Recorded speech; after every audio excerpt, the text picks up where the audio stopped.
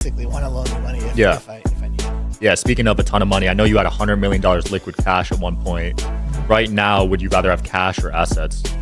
I mean, I'd always rather have assets. I almost, well, I don't want to say that. I want to have most of my money in assets. I always want to have a certain amount liquid because when there's really good deals, you want to be able to buy them. Right. But I wouldn't want to have a majority of my money. Wherever you guys are watching this show, I would truly appreciate it if you follow or subscribe. It helps a lot with the algorithm. It helps us get bigger and better guests, and it helps us grow the team. Truly means a lot. Thank you guys for supporting, and here's the episode. All right, guys, we're here with Abraham Gray today, all the way from Atlanta. How's it going, my man? Doing good, doing good. Thanks for having me. Absolutely. It's good to see you. So you still buying real estate right now? I am buying a lot of real estate. A house a day still? Not quite a house a day anymore. That kind of stopped probably around last August. Okay. But for 2020, 21, 20, most of 22, I was buying about 30 homes a month. Wow. Yeah. And what was the thought process with that? You just wanted to stack up as many as possible? Yeah, well, most of them were actually fix and flips. The market is so high right now that it doesn't make sense to do a lot of buy and holds. I used to, when the market was a lot lower, bought tons of properties and kept them as rentals. I still buy houses for rentals, but everything that I'm keeping long term right now is like creative deals. So like owner finance deals, sub 2 deals. Yeah. Those are the ones I'm keeping for rentals. But most of the stuff I buy, I pay cash for. And all those I basically fix and flip.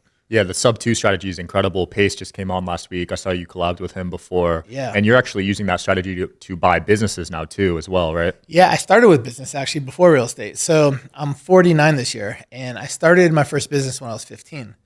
I started doing real estate when I was 22, so it was kind of like 6 years later or something, 7 years later. But yeah, I started my first few businesses. I was making a lot of money, and then I ended up buying other people's businesses, some competitors, to grow my business, and it worked out really well. I figured out some really cool creative strategies to do the deal, and since then I got hooked in doing creative deals with business, of course, with real estate. Actually, when I met Pace in 2020 is when I really started doing a lot of creative deals in real estate. And I always did like a few here and a few there. But like, once I met Pace and, seeing how like crazy he does it, Yeah. it really motivated me and, learned a lot from him and now do it a lot with real estate too. The model makes so much sense with creative financing because you're not putting up any of your own money, right? Very, very rarely do you put up any. I mean, you could get private money lenders for the small amounts you need, or you could use your own money. I happen to have like a lot of money, so I use mostly my money for the for most of the projects. But if I don't want to, I have probably dozens of people that basically want to loan me money if I need it. Yeah, speaking of a ton of money, I know you had $100 million liquid cash at one point. Mm-hmm. Right now, would you rather have cash or assets?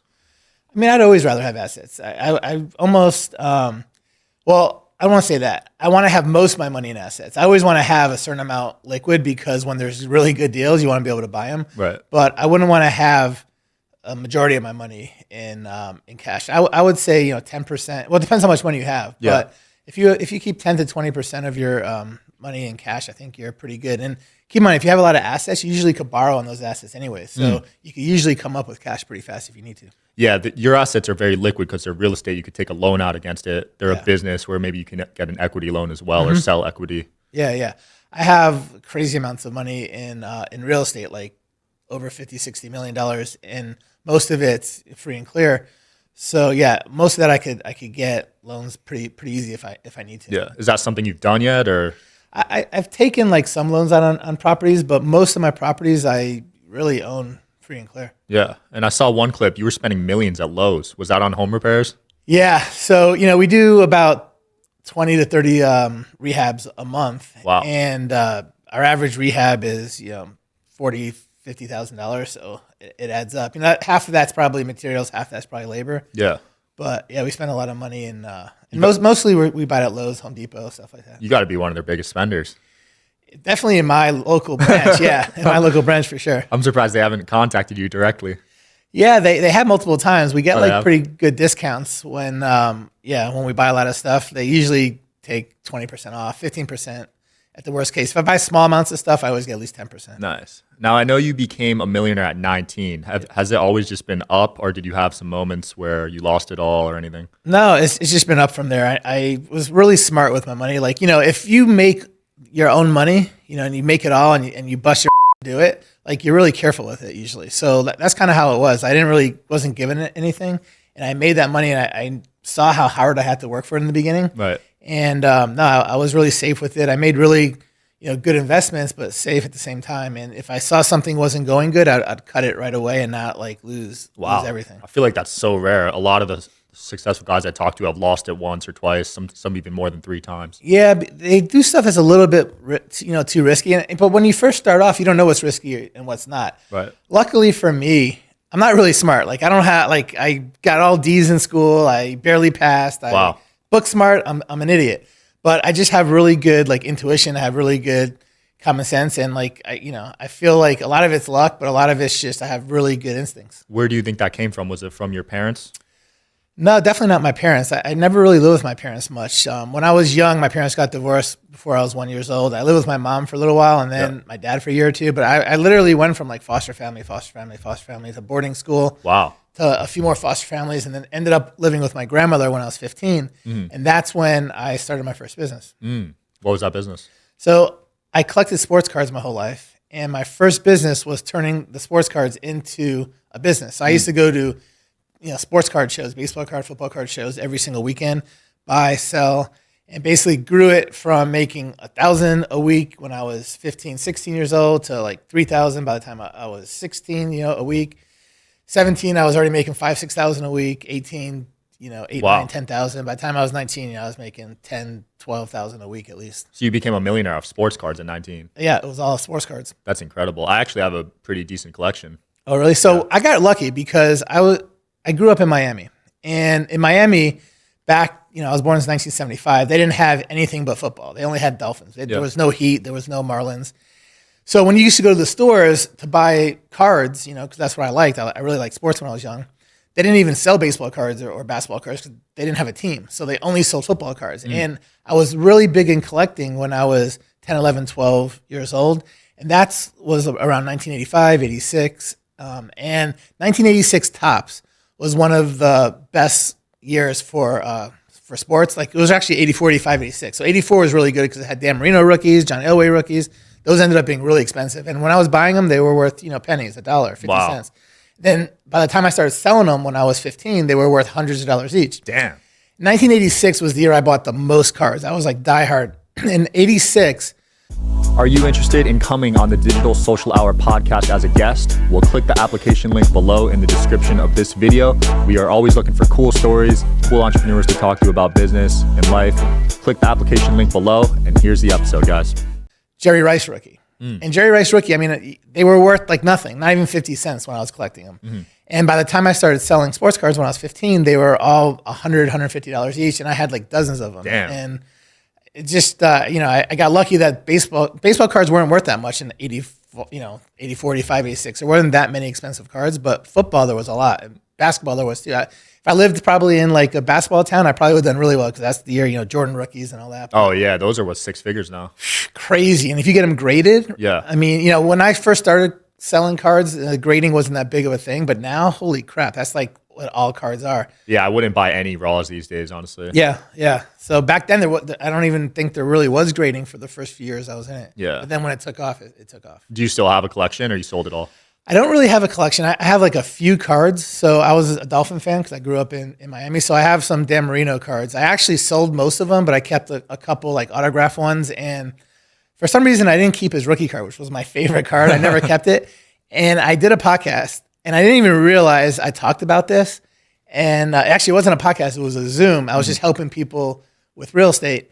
And they were just asking me questions. And I happened to mention that was my favorite card. And this guy that was on this Zoom bought me a PSA Dan Marino rookie card like a few months later, and I met him like at an event, and he gave it to me. I was like, Wow. holy crap. So now I have a Dan Marino That's PSA. legendary. Yeah. What a gift, too, because with Yeah. someone that has so much money, it's kind of hard to find gifts for you. Yeah. You know what I mean? Exactly. And I don't want gifts, but there's things that are cool, like that's cool because that was like something like that was my favorite card, and growing up I was a big Dan Marino fan. So Yeah. that was super cool. I've gotten a few like really cool type gifts like that, just sentimental stuff. So it's That's fun. cool. Now, you have some interesting rules when it comes to lending people money. Oh yeah. Could you explain them? Yeah. So that's probably one of my big things right now. I lend probably more money than anyone I always have at least $10 million of my own money out in loans. Wow. Always. Yeah. At all times. And then I also do a few other types of things where I'm literally wiring money almost every day back and forth. So, I mean, I do like PML where I loan money out to people for fix and flips, but only in the Atlanta market. First off, because I know that market really well and I have so many people that want to borrow money, I could always have the amount of money that I want out. It takes like 2 months to foreclose in Georgia. So I know if someone doesn't pay me, I could get my money back, pretty fast, 2 months. A lot of states, the foreclosure process is a lot longer, a lot harder. Yeah. And then, I pretty much only lend in first position to where I know that if the person doesn't pay me, it's easy. In second position, third position, there's a lot more problems. I learned it the hard way like years ago. I used to loan a little bit in second position. And I thought I was safe, but man, there's a lot more to it. But a lot of the loans that I do right now actually are really short-term loans, like a day, a week, a month, that are not for fix and flips, that are for transactional funding when wholesalers need to double close. They're buying a home, selling a home, but they can't assign it. Got it. So I do a lot of those. Like every week I do multiple double closing loans. And then EMD loans. What's up? EMD loans are if a wholesaler wants to lock up a property and they need earnest money, but they don't have earnest money, then I could loan them the earnest money. And actually that I learned from Pace. I never did that before in my life. So Pace Morby started a group called Gator Lending, and it focused on that EMD lending. And people pay like crazy amounts. You lend somebody $2,000, they give you $1,000 or $2,000 back on top of the 2,000. Damn. So 50%? It's 100% a lot of times 100. in like 3 weeks. Holy crap. But they need it. Like they can't do the deal without you. Yeah. And they're making 10, 15, 20,000. So they don't care giving you a couple thousand. You know what I mean? Like yeah. They're making a lot of, if it's a bigger deal, they're making more and they could pay you more. So I started doing that with EMD loans, and I actually partnered with Pace. So me and Pace have a company together where we do it. But those are the types of loans that I do, and I always have money out. And people are always calling me every day. And I actually just started a fund where people are investing now into having money, put their money out so I could give them good returns. Yeah, that's cool to see you have good experience with lending money out because I feel like most people don't. No. I mean, I get more calls from people that are like, oh my God, can you help me? I just did this deal. It's going bad. I need help. What can I do to get my money back? I'm going to lose. So I get those calls all the time. I'm like, man, call me before you do the deal. I could really help you. I mean, I'll help you after. But sometimes you put yourself in a bad situation because you didn't do the paperwork right. You lend too much. You're in second position you didn't realize, and there's no equity. Like there's a lot of things people do wrong. But I still could help them afterwards. But beforehand, I could 100% make them pretty damn safe. And you found out a way to, even if they don't pay you back, you can get it through the court in 2 months, you said, right? Yeah. So in Atlanta, I'm the biggest buyer. That's not like a hedge fund. Yeah. And I mean, there's no property I won't buy at the right price.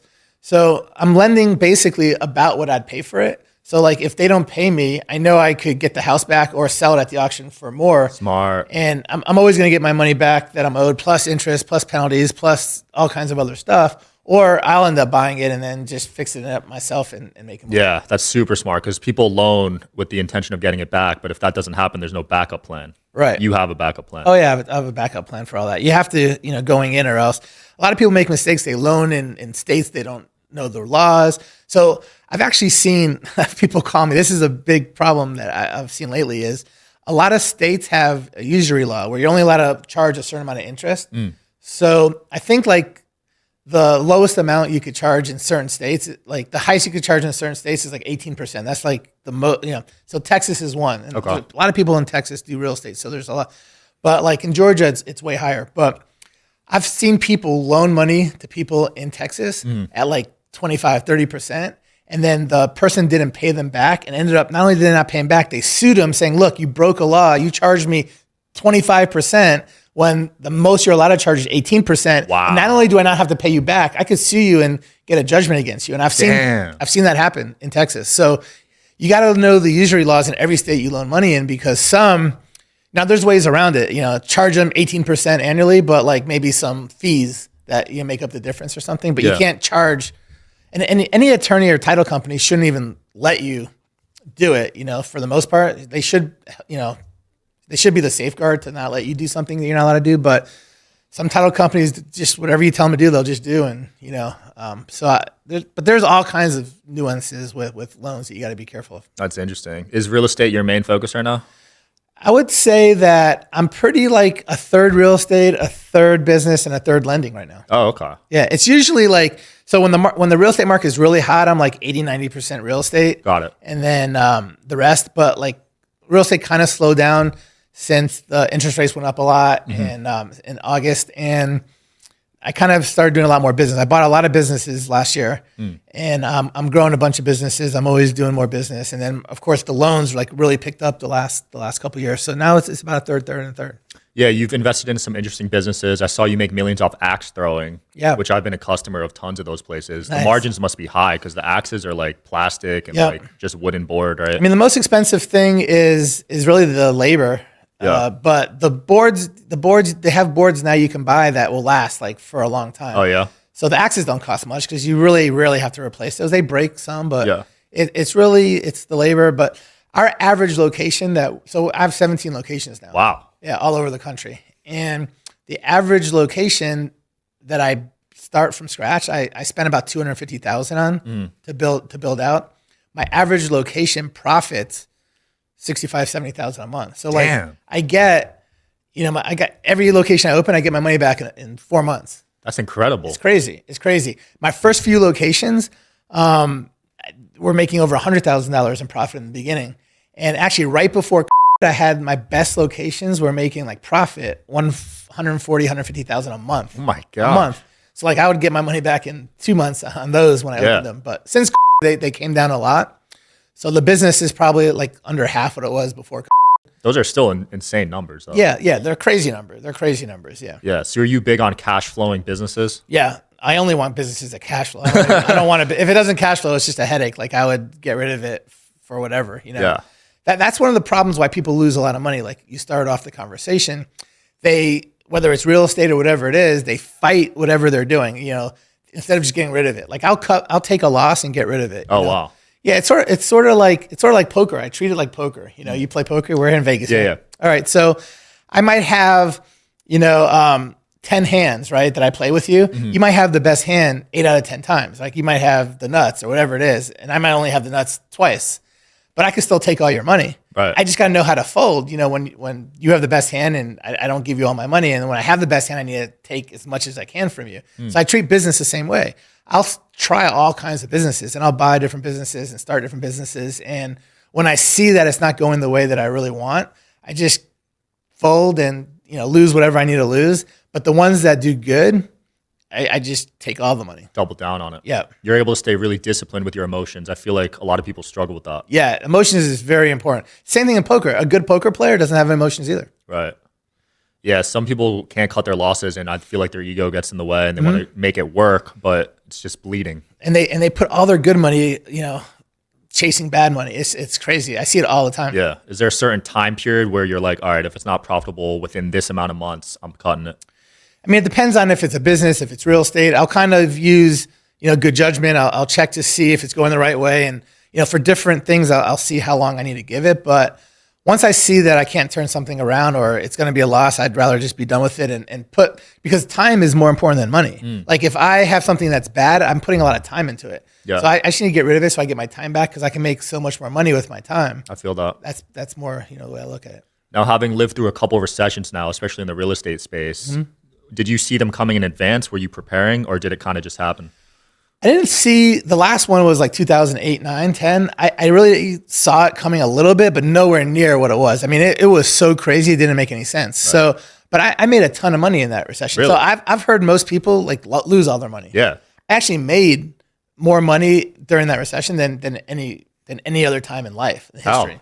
So a few different ways, in business and in real estate, both. So I've been making a lot of money ever since I was, 15. And, I always reinvested in my business, or when I turned 22, I started putting in real estate. And I always had a lot of extra cash. So when the market went down a lot, I was like, it literally went down like 10%. Like stuff that was like 200,000 was selling for 20,000, 30,000, maybe on the high side. So I just went around and I had millions of dollars in cash, probably like 10 million bucks. I just laying around. I basically spent like all 10 million just on properties at like 10 cents on the dollar. And, I just kept it. It wasn't sellable. Like I couldn't fix and flip it. Like fixing and flipping was dead. Like anyone that fixed and flipped, that's how you lost money. So what I did was I just fixed it up enough to get them all rent ready. I've been renting them, and now they're worth like at least 10 times what they were worth. Oh, you still have them all? I don't have them all. I probably, so this was like 2000, like 10, 11, 12 was when I bought like that's where I put all that money in. Yeah. I started selling them off 2014, 15, 16, but I probably still have about 30% of them. Nice. And 2014, 15, they doubled in price, tripled in price. I mean, I wish I kept them all. They're like 10 times the price now, but it is what it is. So that's how I made a ton of money, because I didn't sell them. I wasn't putting all my money. Plus I never borrowed money. I think borrowing money is really good and you should borrow money. But at this point, I just had so much money. I was making so much money during that time. I had always had extra money I needed to do something with. So I was just using that money to buy the real estate. And if I was borrowing money and I couldn't afford my payments, then that's how people got in trouble. Right. If I was to borrow money, I would still only borrow money if I could afford to pay the payments if something went bad. Interesting. That's why people really lost money. They borrowed money and they couldn't afford the down. If I borrowed money, if something really bad happened, I would still have the money to be able to withstand it. Yeah. That's really important. But that's how I made a ton of money in real estate. In business, it was like unbelievable. That's the business I made the most money on, was right when that recession hit. So obviously, like the businesses I have now, I have a lot of entertainment businesses and all kinds of other stuff. If during a recession, those are not going to do good. But the business I made the most money on was the jewelry business. That's the one we're talking about. We made over $100 million in profit. We did over $500 million in sales. Damn. So it was basically We Buy Gold stores. I actually started it. There were no We Buy Gold stores. That was you? That was me. There was nobody that had a We Buy Gold store until I started it. Wow. There was Cash for Gold where you'd mail your gold in. That started like a year before me. Yeah. But nobody had actual stores. So I started a couple stores. They did unbelievable, like within the first few weeks. And then I went from like 2 stores to 5 to 10. Before you knew it, I had over 300 and some stores. Damn. Yeah. So I started like 2007 or so. By 2010, 11, I had over 300 and some stores. Crazy. Yeah. And the business model is just people walk in with gold. You pay them 70, 80% on the dollar. Oh, and 30 to 40%. Oh, 30 to 40. So if they had like coins and stuff, you'd probably pay them on the high side, like 80%, 70%, 90% even if they had a lot. But actual jewelry, like rings and necklaces, most people pay about 30%, 40% on the high side. Yeah. I mean, it? Obviously if someone brings a ton in, and you can negotiate with them, but you start off at 30% and you go up from there if you have to. But most people, this is the great thing about that time, why it was so good. Well, when I got into it, gold was like $800 an ounce. It got all the way up to $1,900 an ounce in 2011. Dang. But literally it jumped from like $200-300 to $800 like within that year. So most people that bought their gold bought it when it was only $200-300 an ounce, and they probably paid double what it was worth. So they were in it for $600-700 an ounce. But now it's $900-1,000. I was paying them $300 or $400. So they weren't losing much or breaking about even, but it was all out of style. It was all yellow gold. It was broken. It was stuff they didn't need anymore. Plus, we're in a recession. Everybody needed money. Right. So they had to sell whatever they had that was valuable. So it was just really good like that. With real estate, I was able to get the best real estate, rent like literally the best real estate that was out there, or even buy some real estate. And for pennies of what it usually was worth, because there was a recession, everyone went out of business. And then I had the best employees. Like everyone was getting laid off. And I was able to hire the best employees for like a lot less than what they were probably worth, but everybody needed a job and they were great. And, we had over 1,000 something employees back in the recession, and it was just everything lined up great. Yeah. The best employees, the best real estate, people needed money, the gold kept going up. They were in it for way lower than what it was worth. So it was just a perfect storm. Seems like a lot of your success is timing and luck. I'm telling you, timing and luck. Literally, that's what it is. That's cool, man. And it seems really attainable for people watching. It's not like you're some mad scientist. I'm an idiot. I'm not really smart. Yeah, because you got D's in high school. You didn't even go to college, right? I went for like a few semesters and dropped out. Like it was so boring. Yeah. That's so inspiring for people, because a lot of people place a lot of emphasis on school. I don't know if it's from a parental side or something, but anyone that's smart, anyone that's like a business person, they all talk about how dumb college is. I think you know. Like if you want to become a doctor, lawyer, or like parents, that grew up that way, tell their kids to do it. But I think like anyone that's like an entrepreneur or anyone that, has made a lot of money doing stuff knows that school is really, unless you want to work for someone your whole life, I mean, there's no reason to go to college. Yeah. What was that point in your life where you're like, I don't need to work anymore? Well, I started making, a few $1,000s a week when I was right before I turned 17. And I was like, holy crap, my friends and my people I looked up to aren't even making that, you know? This is back in 1990, early 1990s. Wow. And so that's like even a lot more money today. Yeah. What's really crazy? I just saw someone posted on Facebook that so I grew up, I watched Back to the Future. Yeah. And they're like, when I watched Back to the Future, they took it back, 30 years. So if they were to made Back to the Future today and they went back 30 years, that would have been like in the 90s. Like, I feel like old now because like when I used to watch, I was like, damn, the 50s, 60s, that's so old. Like, those people are old. Yeah. But like if they had it come out now, it's like the 90s aren't. That seems like pretty recent. No, but yeah. So that's kind of. So you had it early as a teenager. You had that feeling. Yeah, I had that feeling really early. Before I was 20, I mean, I knew I was set. I mean, I had $1 million in my bank account. Yeah. When I was 19, like right before I turned 20. Back then in the 90s. In the 90s, it's worth double or triple now, at least, easily. right? So I just knew that I thought I was going to do baseball cards my whole life, honestly. So I was doing baseball cards, and then all of a sudden, I was at a baseball card show, and people started selling Beanie Babies, like these moms. I remember those, yeah. So I would make fun of them. I'm like, why are you selling Beanie Babies at a baseball card show? That's the stupidest thing ever. I'd make fun of them. And then all of a sudden, over the next few months, I saw that their booths were way busier than my booth. I'm like, what is going on? Why do people want these stupid stuffed animals? So I started hanging out with these people that were selling them. I'm like, what's going on? I started looking. They started telling me a little bit about it. And then before you knew it, I started selling Beanie Babies and baseball cards at the same time. And eventually I was like, holy crap, it's so much easier to make money on Beanie Babies. I sold all my baseball cards and I was full-time in the Beanie Babies. Wow. So my first $1 million I made in baseball cards, my first $10 million I made in Beanie Babies. And so I was one of the biggest Beanie Baby dealers in the whole country. Damn, 10 million on Beanie Babies? Yeah. They were that big? Oh my God. Like you could go to stores, they cost $5 or $6. Yeah. You'd buy them this over $5 or $6. First of all, you couldn't find them, but I had like a creative way to. Retail plugs. Yeah. So I had a creative way to bribe people into selling me all their Beanie Babies basically. But as soon as you buy them for $5 or $6, you could sell them on eBay for $10 to $100. Yeah. Like that's crazy. I mean, they didn't exist. Like you couldn't find them. So, yeah. But if you were able to figure out a way to get them, people did that with sports cards during this last boom. Yeah. They would text their guys at Target stocking the things and buy all of you them. do it with video games, sneakers, all kinds of stuff. You could really make money on anything if you get into, know what's hot and how to find it. But yeah, it was Beanie Babies. So that was the next big thing. Yeah. And did you always have the motivation after making money at a young age, or did you have a period where you were chilling? As long as business was going good and I was still making money, I just had that drive to keep making more. Like if business started slowing down, there were times where whatever business I was in kind of like died or slowed down because a lot of the stuff I did early on were fads. Beanie Babies were a fad and everything, a lot of things after Beanie Babies were a fad. So as they died, I kind of took like a little time off, 6 months, a year off until I found the next big thing. Right. But as whatever I was doing was like good, I would just go as hard as possible because I didn't know how long it was going to last. That's a good mentality because a lot of people make a few million, 10 million, and they chill, they coast, but you're still at it. A lot of people think, look, you made all this money and you could keep making this money forever, but it doesn't happen that way. For most people, like, you get on these cycles and then all of a sudden you can't make any more money. So like make it all while you can. You just never know when it's going to stop. Absolutely. Abraham, it's been a pleasure, man. Yep. Anything you want to promote or close off with?